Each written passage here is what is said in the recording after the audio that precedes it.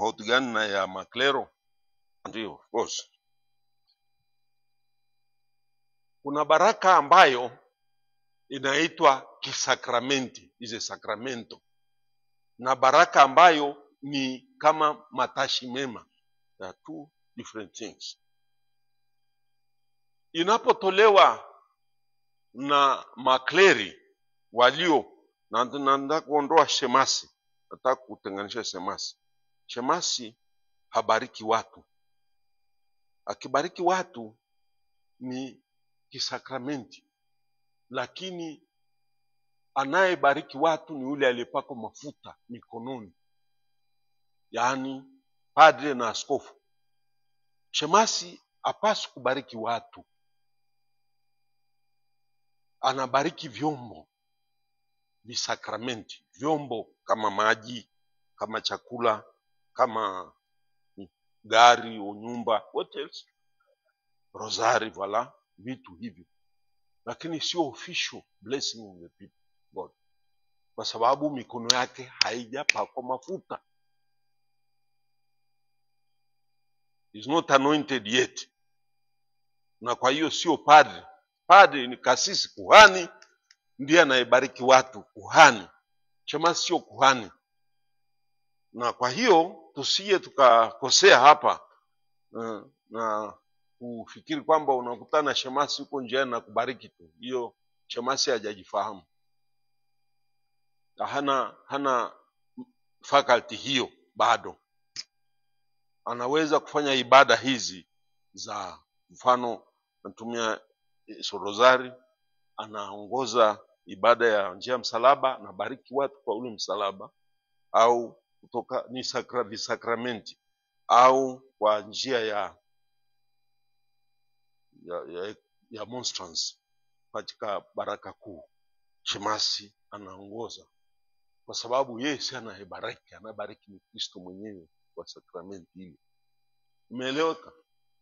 Kwa hiyo shemasi actually anaweza kufunga sala ya kanisa kwa baraka, lakini katika mazingira yanayoruhusu. Katika mazingira hapa wanaobariki ni katika training, na inaruhusiwa ili tunawatrain hapa, lakini hana ruhusa ya kwenda kubariki watu parokiani. Nieleweke hiyo, kwa sababu sio rasmi, sio minister, yani proper minister of that sacrament. Kwa hiyo mashemasi wajitambue, hao wamefundishwa. Kama wakufundishwa itakuwa balaa mbaya sana akija huku askofu anasema, alafu askofu anaweza kusimamisha mshemasi wako kila kitu. Ufanye kadiri ya kipimo chako ulichopewa na nguvu uliopewa. Na kwa hiyo mashemasi wanapaswa kuhudumia katika ibada za bisakramenti, sacramentos, nao najua, na ni katika mazishi, katika hata nafikiri ibada kama hizi za njia msalaba, njia za ibada ya kuabudu, rosari, kubariki rosari na vitu kama hivyo, tunaita sacramentos, visakramenti kwa Kiswahili, lakini sio kuadhimisha sakramenti. Sakramenti anayeadhimisha ni kuhani. Ndio maana unapakwa mafuta, wengine maaskofu wengine wanatia exaggeration, mpaka mafuta yamenyunyuzia, alitumia kiasi gani, nyunyuzika yote. Kwa hiyo ni tofauti ipo. Na sasa kwa hiyo shemasi akikubariki ni anakutakia mema, lakini sio kisakramenti, sio official blessing of the church. Nieleweke, sio baraka rasmi ya kanisa. Yeye ni matashi mema, anakutakia baraka. Kwa hiyo isije ikawa kwamba, nadhani hii hapa ni hatari, ufikiri kwamba unaweza kubariki yeyote yule. Hapana. Na ndio maana tunabariki tu wakati wa ordination. Mara ya kwanza kubariki mtu ilikuwa wakati wa ordination. Mbariki askofu aliyenipa padre.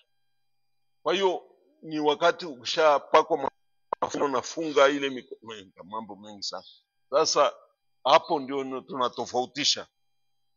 Ni kama baba yangu anaweza kunibariki kwa kuniwekea mikono na sio kwa njia ya kwa jina la Kristo. Baba yangu, mama, hata mimi naweza kumbariki kama padre, hata kama ni kaka mkubwa anambariki mdogo wake, na hata katoto kanaweza kukubariki. Ama kuna makabila ambapo mimi nilienda mahali nilijisikia embarrassed. Inama father, weke kitoto hakikusema kitu, lakini walau nijisikia walau nina peace kwa kupata baraka ya baby.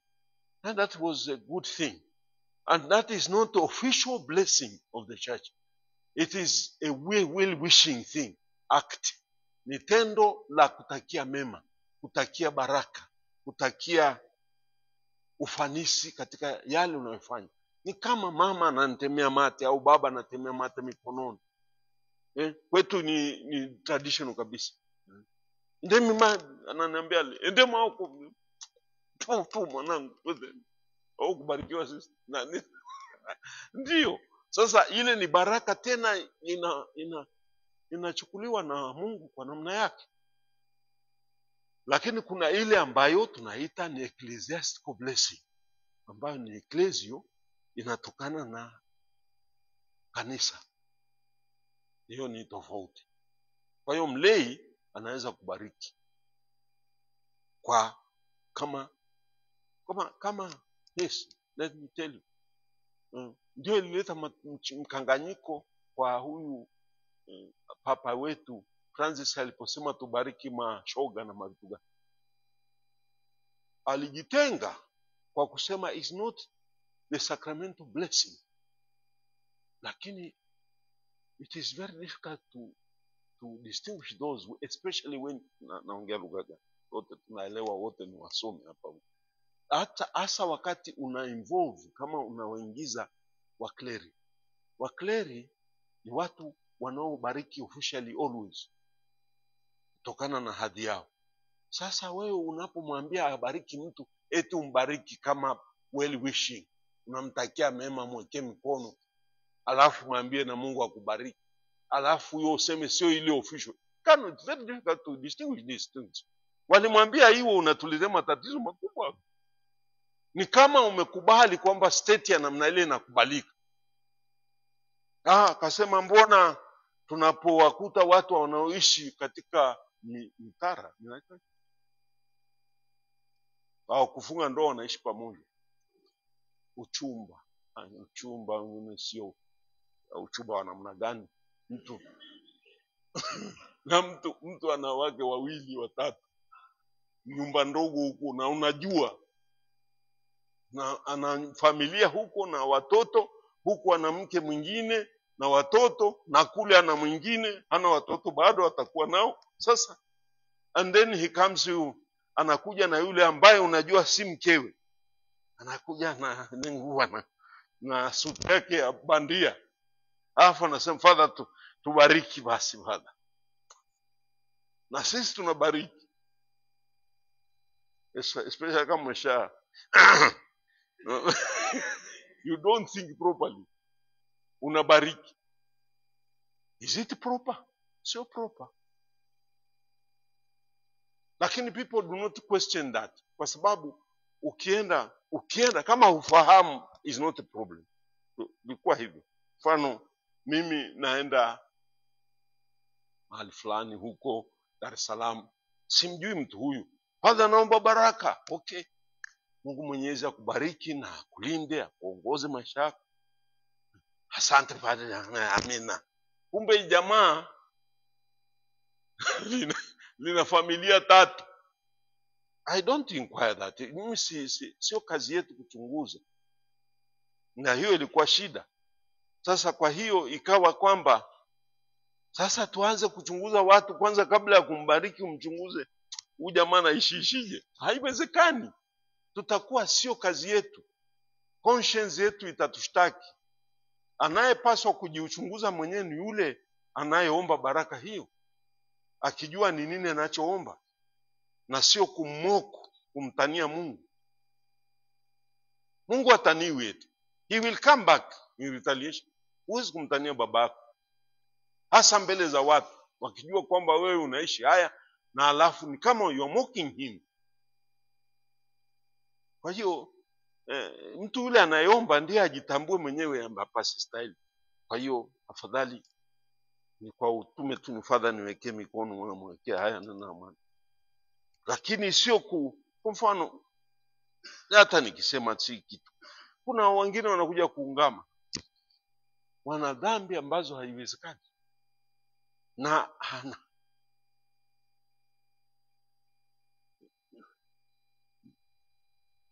kwa mfano yeye mwenyewe ametenda dhambi hizo, hajatubu. Mwizi mkubwa, na ameiba mashati ya watu, mfano tu, natoa mfano, shati, ameiba shati na amelivaa.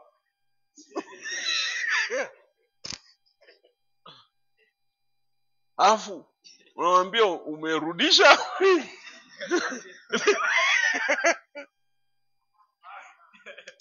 But he has all this, ana suti ametilia, anakuja hapa anang'aa, alafu anakuja kuungama. Na hilo tena kuna watu, yani you don't understand, anakwambia hii ndio ile nimeliiba.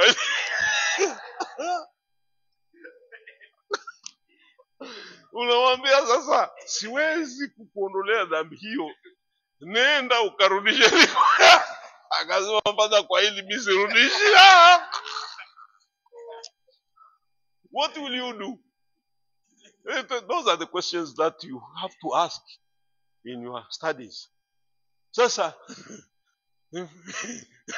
ni unamwambia tu nenda ukafikirie sawa sawa, na hujatubu, na usije kuungama hujatubu na hujajua ulichofanya bado. Nenda unarudi huko. Sio kila mmoja anaenda kuungama na ondolewa dhambi. Sasa wewe unaishi na kimada, naishi na mama, yule msichana hataki kumwacha yule bwana, bado kuna mchuzi huko na supu na mambo kama haya mazuri, maisha mazuri, anavaa, anatembea na gari lilo Bentley, ile gari la hali ya juu.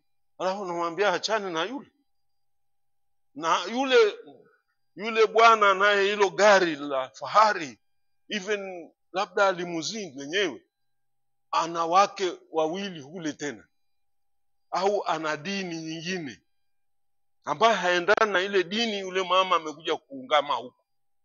Namwambia sasa, umefunga ndoa? Hapana. Sasa mama, wewe bado ni kijana, unaweza kupata mwenzi wako kwa rahisi sana, tena shepu hii. Lakini anasema mimi sasa manake ni kupata maondoleo ya dhambi na lazima kamwambia, huwezi kupata maondoleo ya dhambi unaishi kwenye uzinzi. Kuna tofauti ya kuzini na uzinzi. Kuzini ni tukio moja, mtu ameanguka kwenye dhambi, as adultery, na huko ndio kuzini. Au kwa ambao hawajafunga ndoa tunaita nini? Shemasi? Kuna tofauti. Ya wote ni uasherati tu. Yote ukisema uasherati. Yes, fornication unaita nini? Ni uasherati. Kwa hiyo mmepunguza. Hapana. Hiyo ni kuzini. Ndio ni kuzini na sio uzinzi. Vitu viwili tofauti. Kuzini, yani kwa Kiingereza tunaita adultery. Lakini hiyo aliyosema sasa ni